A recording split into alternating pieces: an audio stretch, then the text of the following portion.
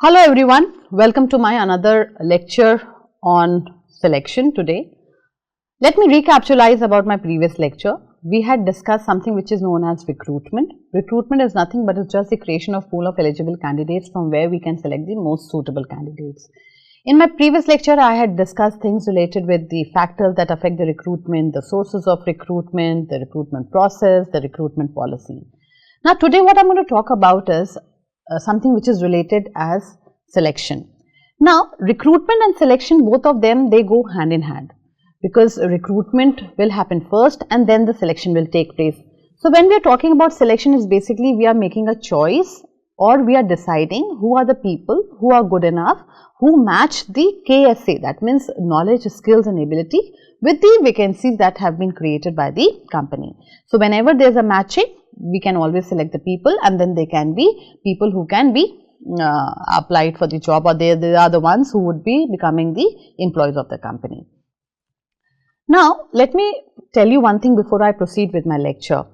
One has to bear in mind that recruitment is a very positive function, whereas selection is a very negative function. Recruitment will come first, then comes the selection, and thereafter the induction, that is the hiring policy. So why recruitment is regarded as a positive function? Because we are asking people, we are encouraging people to come forward and apply for the job. But in the case of selection, it is a kind of a negative function. Why? Because we will be rejecting people at several steps. And at any point of time when people they get rejected, they become disqualified to go on to the next level. So that is why it says that the selection is a very negative function. Now, as you can see on the screen also, that selection is a process of evaluating the job applicants to determine which candidates are most suitable for a particular job based on their qualification, experience and other factors. If you all remember, we had discussed something known as the job analysis. Job analysis has two things: job description and job specification. Job description talks about the duties and the responsibilities, and job specification talks about the minimum criteria that one has to fulfill to be eligible for that job. So now we will be matching that, whether the person is good enough to be the employee of the company or no. Then, as you can see, the Society for HRM defines the selection process as the process of screening the job candidates to ensure that the most qualified, please understand, most qualified people are selected. That means we are only going to select the people who are best suited, not the average ones. Then it is basically a matching process, that is finding fit between person and the job. Fit basically means the perfect match. There should be a perfect match. Okay, this is the right person for our company. The selection process can be defined as the process of selection and shortlisting of the right candidates with the necessary qualification and skill set to fill the vacancies in an organization. According to Milkovich and Newman, the process of gathering information about job candidates, using that information to make hiring process that best meet the needs of the organization. Please understand, we are keeping the organization first and then the candidate. The candidate's needs and the organization needs and the skill set and the knowledge and everything has to get matched perfectly. Only then the person will be selected. According to Dale Yoder, selection is the process in which candidates for employment are divided into two classes: those who are to be offered employment and those who are not. Wonderful definition given by Dale Yoder. That means who are the people to whom we are going to give the appointment letter and to whom we are not going to give the appointment letter. In a nutshell, we will be dropping people who are unsuitable. According to Terry, selection involves a series of steps by which candidates are screened for choosing the most suitable candidate for the vacant jobs in the company. Now, my dear friends, when we talk about selection, there are three aspects we have to bear in mind. There are three phases rather. The first one is the pre-selection process, the second will be selection, and the third one will be the post-selection process.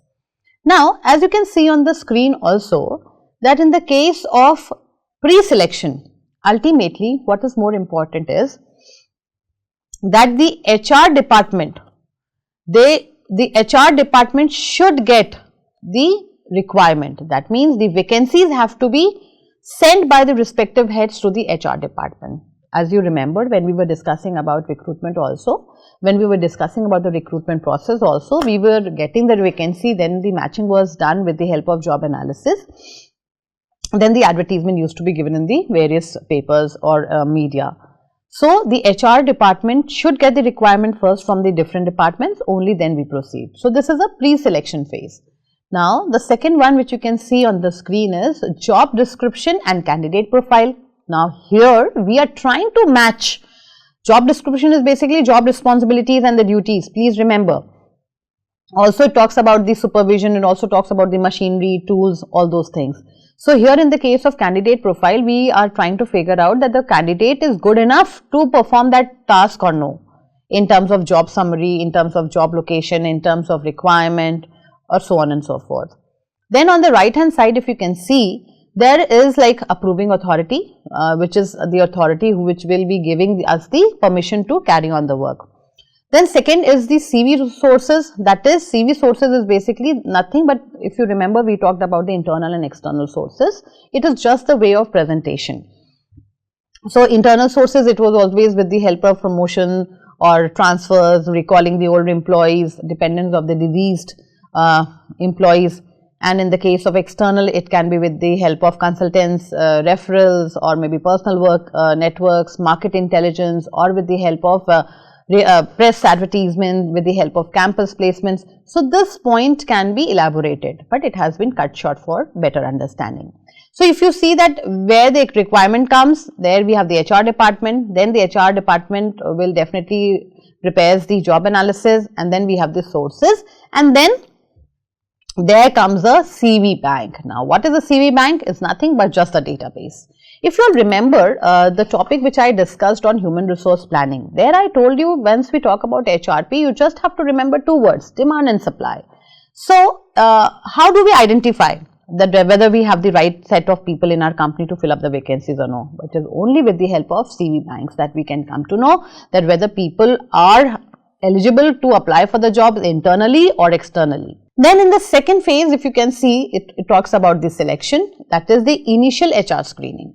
Now, what happens in any of the companies, that it's not necessary that every company will carry on all the selection steps, because every selection step comes with its own advantages and disadvantages. One of the biggest disadvantages, that is more time consuming, and of course cost also. If experts are being deployed at any point of time, the payments have to be made by the company. So, initial screening is done, that okay, if the person is good enough, then the person will go on to the next one. Now, if you can see on the right hand side, CVs which are not shortlisted, they are the ones which actually go back to the CV bank. CV bank basically means, okay, if the matching is not done, then they go back to CV bank, and maybe in future if there is a requirement, then again we can go to the CV bank and we can collect the items. Then the HR screening, they are actually trying to figure out that okay, shortlisting the CVs. Then if the CV gets shortlisted, then we go for a personal interview. Now, my dear friends, you have to understand one very important aspect. When anybody applies for a job, it is not necessary that the person is going to do a job. It may be there is a possibility that there can be high gestation period. Gestation period basically means the time when you drop in your CV and by the time you get a call from that particular company or organization or university. So, there can be a lot of time gap. So, in order to fill up that time gap, people may apply in various companies and they may be employed, and if people are happy and satisfied, and if they are working as per their own requirement and they are happy with the culture, the salary package or the location, they would definitely they would not like to leave the job. Hence, whenever the initial screening is done, we actually call up the people, or we can drop in a mail whether the person is interested or no. If the person has already joined any organization and if the person is looking for a better opportunity, then definitely the person will revert, otherwise the person will not revert. Then in the case of shortlisted CVs, as you can see that they are being called for the personal interviews. Then they can be some kind of telephonic interviews also. People may be asked initially whether they are interested in particular job or no, or the companies can tell them, okay, you have applied for a job, will you like to take up? If they say yes, only then they proceed further, otherwise they do not. Then HR coordinates to organize the interviews. Now, please understand, every organization is a different organization with their different requirement and with different capability of people. So if there are huge organization, complex organizations, then they would be having an HR department. But supposing if the organization is very small, then they may not have the HR department. It would just be the managers or the supervisors who can take care of the recruitment and selection of the people. So here we are talking about the companies who have large number of people working, and HR department makes all the coordination of recruiting and selecting the people. Then preliminary interview as per the selection approval. That means preliminary interview means the first hand interview. Now in all the organization, the process can be cut short. There can be number of steps which can be involved in a selection process. So again, this is the prerogative of the company to make a decision which steps they want to scrap out and which steps they want to carry out. So this is like, for example, if the job profile is of the bottom level, they may not be having a lot of steps. Supposing if the job profile is of the middle level or of a high level, then they may be going for number of steps. It all depends upon the company's requirement. So the company will make a decision what kind of steps they have to follow and which not to follow. Then they can become at times they can be just a final interview as per the selection approval matrix. That means the final, firstly the preliminary interview has been done with the candidate, and then they feel that okay, it's time, the candidate is good enough, there is a matching of the skills and requirement with the company, and then the person can be face the final interview. So this was actually the pre-selection process. Now this is the second phase, that is of the process of selection. Now what happens in the case of process of selection, one has to keep in mind that the companies will not be carrying out all the steps. It would be just the few steps that would be the company they would be going for. For example, initially there is a preliminary screening or preliminary interview or initial screening. So when we have that kind of initial screening, it's just the applicants received from the job seekers would submit to scrutiny whether they are good enough to be employed or whether they are not.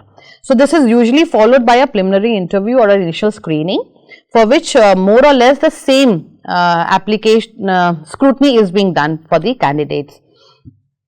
Basically what happens, dear friends, scrutiny enables the HR specialist to eliminate unqualified job seekers based on the information supplied in their application forms. So preliminary interview on the other hand helps reject misfit. Please understand, we are talking about the matching part.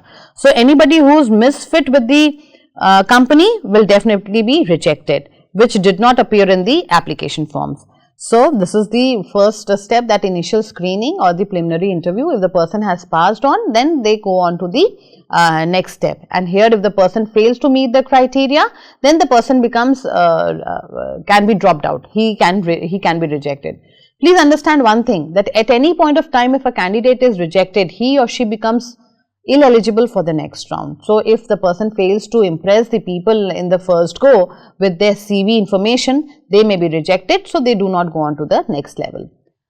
The next one is the completed application. Now completed application is like they again see that okay, initially bird's eye view, they get okay, the person is good enough or no, and if the person is good enough, then they go on to the next level, and if they fail to complete the job application or failed the job specification. Now again see, the words are coming. Job specification is nothing but is just the minimum criteria that the person has to fulfill to be eligible for a particular job in terms of their qualification, in terms of their behavior pattern, in terms of their attitude, ability and personality. So this is AAP. This is basically AAP that we talk about, that is AAP. That is there can be something related with the ability, attitude and personality. So if these criteria they are fulfilled by the candidate, only then the application is regarded as a complete application, and only then they go on to the next level. Now the next level is very, very important. Now this talks about the employment test. Now what is the meaning of test? Basically applicants who have actually cleared the initial stages of screening and preliminary interviews are called for the test. It depends upon the nature of the job. Different types of tests are conducted generally to assess the AAP personality, that is aptitude, ability and personality. So for the AAP, that is attitude, aptitude and personality, we actually check these qualities in the application forms also. So, the kind of content which the applicant has given, we can actually figure out whether the person will be good enough with these aspects or no. So, in order to check this AAP, that is ability, aptitude and personality, different kind of test will be administered. Now, when we talk about the different kind of test, these tests can be of different types. For example, they can be some kind of aptitude test, they can be some kind of ability test, whether to check whether the person has the knowledge of a particular job or no. Then they can be some kind of mechanical aptitude test, mental aptitude test, psychomotor skill tests are administered to measure the depth and nature of a particular strength and weakness of a job related area for the candidate. Then they can be some kind of test which is known as the intelligence test, the communication test, interest test, personality test, graphology test, GK test, perception test, projective test, so on and so forth. So, there are different kind of tests which are administered to check the different capabilities of a candidate. But again, you have to bear in mind that it is not necessary that the company will go for all kind of tests. It will only go for the test which is relevant to a particular category of a job profile. Then, if the person has cleared the test, he goes on to the next level. But if the person fails the check, again he goes to the category of rejected applicant. And if a candidate is rejected at any point of time, the person becomes disqualified for the next step. Please understand this. Then, once the person has given or cleared the test, for example, in the case of test, supposing if a company is looking forward for a stenographer, then the person may be asked to type few lines just to see the accuracy and the speed of the typing or the shorthand. Supposing if the person is going for a software engineering job, maybe the person may be asked to make a small app, or maybe some programming examples can be given, or programming questions can be given. So, it all depends what kind of people they are there. For example, if anyone is going for a teaching job, the person may be asked to come forward on a board and give the presentation just to see how the person is able to get connected with the audience, or whether the person is able to explain the concept, or whether the person is not able to explain the concept. So, if the person fails the test, definitely he becomes rejected. At any point of time, they become ineligible for the next round. So, if the candidate passes the employment test, the person will go on to the interview round. Now, what is the interview? Again, you have to bear in mind that there can be two kind of interviews. One is the maybe directly the managers, they sit and they can take the interviews. At times, there is one round of interview by the managers, then there can be one round of HR interviews. It again depends upon the company's requirement and the type of company it is. So, interview is basically again it's an interaction between two people, both of them they can clear the information, more information can be gathered from the candidate, the candidate can also clear the doubts. So, interviews, they can be n number of types of interviews also. For example, they can be some structured, unstructured, formal, informal, panel, they can be n number types of interviews, again depending upon the type of job that one is undergoing. For example, for an ISPC's job, they can be some kind of panel and stress interviews, they can be some kind of structured interviews for the MBA students, so on and so forth. So, it all depends. So, if a person is going for a job, an MBA student going for a job, it is not necessary that the person should have a stress interview, until unless if the person is going for a very high profile job. If a person is novice, if the person is a beginner, then definitely we do not require that kind of interview. So, it all depends what kind of interviews have to be scheduled by the company. Then, in the case of interviews, again if the candidate fails to impress the interviewer, again he becomes or comes to the rejected category. And if the person passes the interview, then there can be some kind of conditional job offer that can be given to the people. And during the time of interviews, there can be different kind of questions that can be asked. For example, there can be some kind of open-ended question, close-ended question, probing questions, leading questions, hypothetical questions, multiple choice questions, linking questions, behavioral questions, personality questions. All these questions are being asked to check the candidate only. So, say interview is a very important phase of the entire selection process. So, if the interview is conducted, so in this interview there can be different rounds also, there can be an HR round, there can be normal one interview round with the management people, it all depends. Then the conditional job offer is given. Then the background examination if required. Now, what is the meaning of background information? This is known as the reference check. What is known as this? This is known as actually, this is known as reference check. Now, reference check is basically what? Reference check is, we are checking the information that one has actually furnished in their application form. Everybody will be talking about high themselves. So the information that one has given, it has to be cross-checked. Now, one important thumb rule that you should know, that in case if you are writing the name of any reference in the CV, please take the person in consideration or take the person in confidence before you mention their name with their ID, phone number, or whatever details they have asked. Because what happens at times, people, they feel, okay, then Mr. X knows me very well, but when at the back of the company, they will be sending the mails or they will be calling the person, okay, do you know Mr. X or do you know Mr. Y? And immediately, if you are not able to recall, you may give a false feedback. And in case once the company, they receive a negative reference check, things become bad to worse. So it is very, very essential for the reference check. One has to take into the confidence of the person that, okay, sir or ma'am, if you receive any mail from so and company or any information, any phone call, please, I have given your reference, kindly give a very positive response. So you have to take the person into consideration. So it all depends whether the company needs that kind of reference checking or no. So again, the decision lies in the hands of the company. If they want, they can go for the reference check. If they don't want, they don't go for the reference check. Then moving forward, we know that there is some kind of medical examination. Now, medical examination is basically what? Checking the mental health and the physical health of the person, just to ensure that the person is good enough to perform a particular task in a company and the person is not suffering from any of the contagious diseases. So, at any point of time, if the person is ill or is unfit, unwell, or has any kind of disability, we can actually come to know at the time of the medical test. But again, one thing to remember in the medical test, there can be certain jobs where the medical testing can be done at the end. But there are certain jobs where the medical testing has to be done in the beginning. For example, if anyone is going for the Indian Army job, there the medical testing will come first. But in case if a person is going for a software engineering job, then at that point of time, the medical testing can be done at the end also. Another example, for example, if anybody is going for a cabin crew job or a hospitality task, so there the medical testing would be done first, just to see that, okay, whether the person has the respective height, weight, vision, clarity, so on and so forth.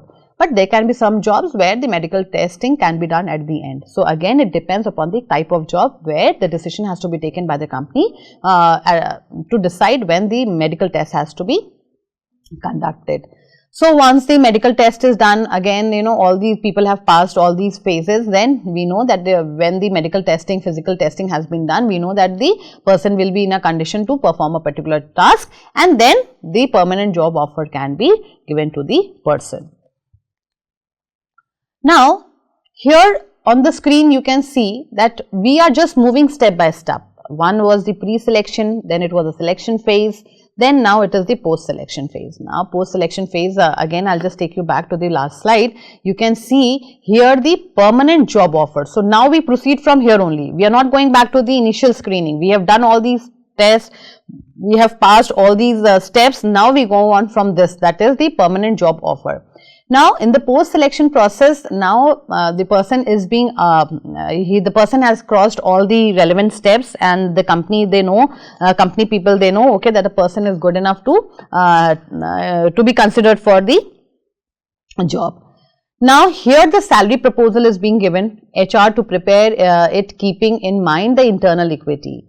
Now, salary proposal, definitely this is one of the most important part. If the salary is acceptable, one would definitely take the offer, and if the salary is not acceptable, but definitely the person will leave the offer. Please understand that the person has the right either to reject the job or to accept the job. There can be no duress on the person to accept the job. It is just the prerogative of the candidate to understand, okay, whether I want to accept the job or whether I want to reject the job. So, once the person has cleared all the tests, then comes the salary part, which is actually prepared by the HR department. Now, second, which you can see here, HR does the salary negotiation and extends the offer. Now, salary negotiation, what is the meaning of negotiation? It is just the bargaining. As I told you earlier also, that every company wants to have recruitment and selection in the cost effective and the time effective manner. When I talk about the cost, is also in terms of compensation. Every company wants to get best people in their company at least cost. So there are a lot of rounds of negotiation and bargaining that goes on between the applicant and the company. So here the offer is made to the candidate, and then the candidate has been tested and verified, all those details and everything has been done. So HR does salary negotiation and extends the offer. So this proposal has been prepared by the HR. Salary will have all those aspects of DA, TA, HRA, benefits, all those things, they will be a part of it, and maybe some deductions also. Then the offer is given to the applicant. Now here the right is in the hands of the candidate to decide whether to accept the offer or to reject the offer. If the person says that okay, I am going to accept the offer, that means the person is interested, and then HR would like to close the deal and sends out the offer letter. That means there is no if and but in the salary proposal that has been extended by the HR department. On the other hand, if the candidate is good and the candidate says okay, no, the salary which is being offered by the company, it is not at all acceptable, then in this case the HR would reconsider the offer. Please understand, in the initial phases the HR will come out with the package which is least, and HR also bears in mind that okay, there would be some kind of negotiation that will be taking place, and there is a margin by which we can increase the salary package. So this kind of mentality is already there for the HR experts. So if the offer is not acceptable, the HR work out the modified offer if possible within the band and tries to pursue and seals the offer. This is only in the case when the candidate is very, very good. When the candidate is very, very good and the company or the HR people feel that no, if I do not revise the offer, my candidate will go away. So only then the HR will go for the revision of the salary package, when they know that okay, Mr. X is going to be a very, very productive and a very, very efficient candidate or employee of the company, and then definitely the company can experience exponential growth figures under his or her guidance. Only then the HR will go for the revision of the HR proposal or the offer letter. Then